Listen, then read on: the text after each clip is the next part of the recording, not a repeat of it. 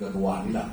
So for them to save their face, save themselves, the executive, and at the same time the members of Congress, they have to conduct this so-called investigation now.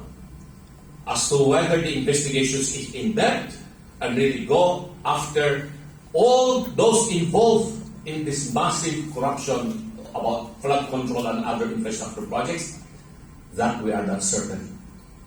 Kita naman natin kung ano yung pinangako noong nakaraang taon, isa pa lang na senador, hindi pa, wala pang senador na naipapakulong. Dating senador, Bong Revilla, kawawa naman. Siya ngayon ang naging poster boy ngayon. Siya ang nakakulong.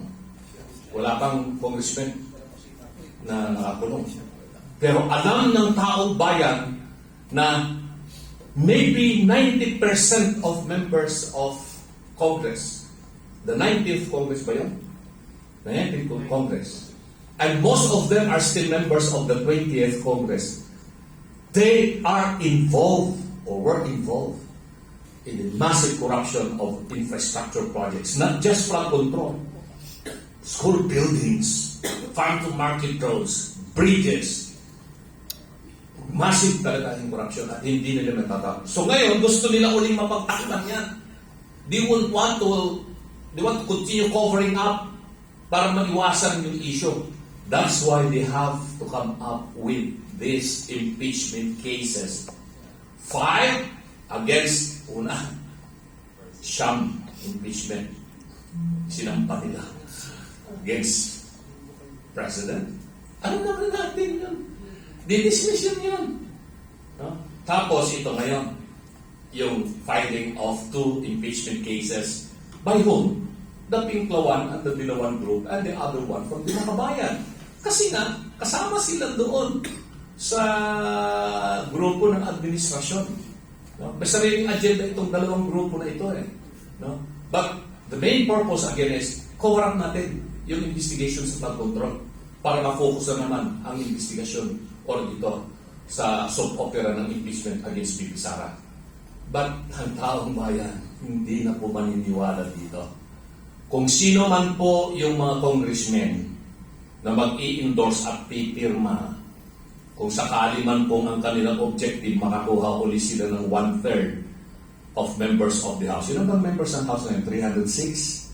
306 I think. So they need 102 signatures para madala agad sa Senado. Doon naman sa Senado, may mga atap-atap na mga member doon na sinisap pa nila kagad dito yung impeachment na yan at umpisa na rin namin ito dahil hindi na nila kakayanin talagang yung investigasyon sa flood control doon. Wala na silang magagawa yung mga ibang mga senador doon eh. Talagang hindi na naniniwala ang taong bayan sa mga pinagagawa nila doon sa Senado. So inaasahan nila may isang impeachment sa Senado against BP Sara. And I think they are going to do that. That is the direction. But remember, alalahanin ninyo mga minamahal na kababayan.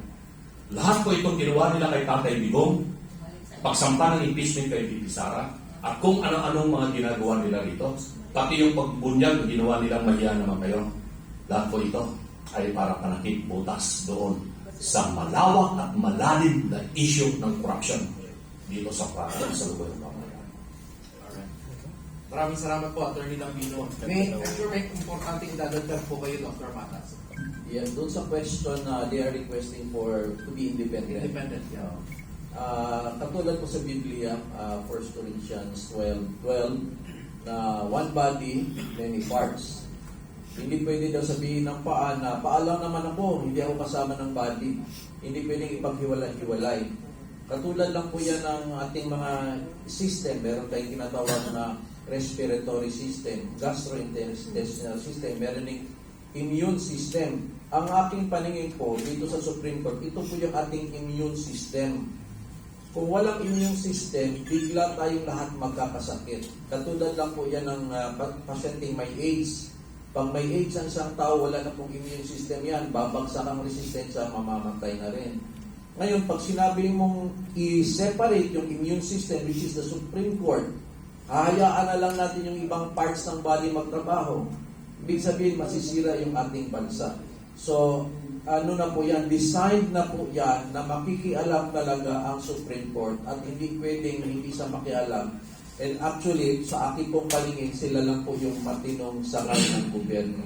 So tayo po ay nagpapasalamat sa inyong prinsipyo at sana po ipagproteksyonan, patuloy niyong proteksyonan po ang mamamayang Pilipino. Supreme Court. Salamat po. Thank you, Dr. Mata. As early as parang I think February last year, I was already telling people that we're seeing signs of consolidation of power, di ba? Which is really dangerous for a democratic country. Imagine mo mag-consolidate yung power, for example, ng Senate, tapos Senate at saka House. So that's the full Congress already. Tapos ngayon, makikipag-sync pa sila, in chorus sila with the executive. So dapat, para magkaroon ng checks and balances, dapat magkaroon talaga na, na yung Supreme Court tatayo kung anong tama. Para naman tama yung magiging accountability. Otherwise, talo tayong lahat. Hindi naman ibig sabihin na may mga representatives tayo in Congress and they're saying that they actually represent the voice of the people, but the people are actually, what the people are saying is, no, you don't represent us. You're representing your political affiliation, your political leaning, or you're just after your parang political survival. So they don't really represent kung anong gusto ng tao. Kaya nga hindi umuusad yung lahat ng ginagawa nila kasi alam ng tao kung sino yung nagsasabi ng totoo at alam din ng tao kung sino ang totoong kalaban ng demokrasya at ng bayan natin. Okay? So, yun po yun. Now, the question, what I have in mind is that kasi, lagi kong naririnig na dinudugtong nila dito na sabi daw parang may overreach on the side of the Supreme Court. That's why may mga panawagan as early as now for charter change, di ba? Nababaguhin yung Constitution ngayon. Ano po kaya yung intention? Bakit nila pino-float itong charter change ngayon? Ano nila pino? Well, ako ay very, very active advocate for charter change. 40 years ko na po ito. For 40 years na po ako nakikipaglaban dito. The Constitution was enacted 1987. So magpo 40 years. Since then, pinaglalaban ko ng palitan natin itong Constitution na ito. Kasi darating doon sa punto na ganito ang mangyayari. And I don't want to say na ako ay prophetic or what, pero talagang nakita ko na ganito ang mangyayari kasi basahin mo talaga yung Constitution na yan. Yung sistema at istruktura ng ating pamahalaan ay hindi naaayon para sa interes ng karamihang mamamayang Pilipino. Kung hindi, pinoproteksyonan at binibigyan ng malayang karapatan lamang ang mga mayayamang mga tao. Maging sila man ay Pilipino o dayuhan, ay sila ang makikinabang dito sa Konstitusyon. At ganun nga po ang nangyari. So ang Pilipinas ngayon, it's not really actually the democratic country or Republican country that we have been dreaming of to be. Katulad ng sa Europe, katulad ng Malaysia, Singapore, Japan, South Korea, or the United States or Canada, na ating talagang sinasalugan. Hindi. The situation in the Philippines is we are an oligarchy. Yung mga mayayamang, mga negosyante na kontrolado nila ang mga politiko. Kung titignan ninyo, halos lahat ng political parties, maliban sa PDP Laban, ay kontrolado ng mga negosyanteng mayayaman na sila ang nagpapatakbo ng mga partido na ito. So kung ano ang sasabihin itong mga mayayaman nito, susunod yung kanilang mga kalyadong mga politiko, lalong-lalo na sa Kongreso at sa Senado. Kaya kung magkakaroon man ng pagbabago ang saligang batas, hindi lamang baguhin itong provision tungkol dito sa impeachment na gustong yun ang panukalang naririnig ko na pinapahayag ng ilang senador na biglang nagbago yung kanilang pananaw sa issue ng charter change para lang sa impeachment. Ay hindi po sa akin kung magtutuloy-tuloy man itong charter change na ito. Malawakang pagbabago ng saligang batas sa sistema, struktura at forma ng gobyerno at ibalik ang kapangyarihang totoo sa taong bayan. Pabor po ako dyan kung talagang tunay ang pagbabago. At mangyayari lamang po yan kung magiging constitutional convention. Sa pamamagitan ng constitutional convention, na hindi itong mga senador at congressmen na nakaupo ang siyang magbabago ng saligang batas. Kung hindi, magpasa sila ng batas, tawagin ang Constitutional Convention, kung ilan man yung mga delegado na ihaharap sa bawat probinsya, ay yun po ang mangyayari. Papayan po ako sa ganon.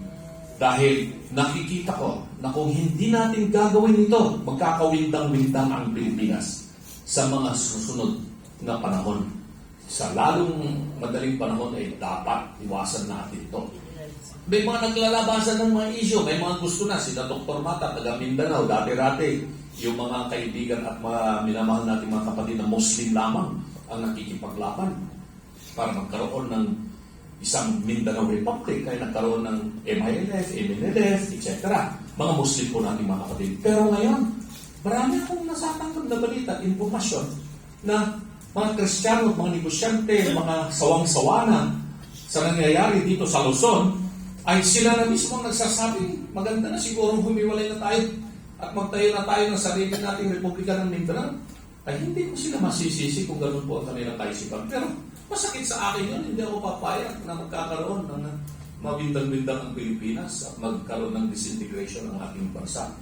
At ang solusyon po dyan, tulad ng sinabi ko, ay talagang Constitutional Convention, Charter Change. Kung talagang gusto natin at sincere itong gobyerno ito. Pero kung ang dahilan lamang ay dahil lang sa impeachment para tayo magkaroon ng constitutional change, huwag na lamang po. Imbestigahan na lamang po ito. Isa pa, ang kailangan po ninyong isipin, mga minamahal na kababayan. Address ko po sa inyo ito. Mahigit 60 million na Pilipino ang nagugutom ngayon. Halos hindi sila makakain ng 3 beses ang araw. Kung makakain man sila ng 3 beses ang araw, karamihan ng kanilang kinakain ay kanin lamang kung merong kanin at saka asin at konting gulay o kung hindi, noodles na lamang. Pero mahigit 60 million nakakaranas ng gutom. Wala na rin mga negosyante ang gusto mag-expand sa Pilipinas. Mga lokal na negosyante na nandito, ayaw nilang mag-expand. Takot na silang mag-invest. Yung mga foreigners, ayaw na nilang magpunta dito. Dahil merong political instability. Hindi na nila alam yung long term na mangyayari sa Pilipinas. Ang dami kong kausap, sabi nga nila, paano kang magnenegosyo dyan sa Pilipinas? Hindi lamang issue mataas ang inyong kuryente, yung problema yung mga pasahod sa mga tao, kulang tayo sa mga inhinyero, mga skilled, mga scientists. Pero ang problema ngayon ay itong mismong pamahalaan ninyo. Saan ko ba nakakita ng bansa na yung dalawang pinakamataas na pangulo ay naharap ngayon sa impeachment? Pilipinas lamang. With this political instability, no businessman in his right mind will come to the country and put his capital and gamble his money kasi of the uncertainty, hindi niya alam ang mangyayari dito sa Pilipinas. So yun po ang sitwasyon. Charter change, okay ako. Basta Constitutional Convention, papayag po ako. Alright, maraming salamat po. You know, I think we also need to look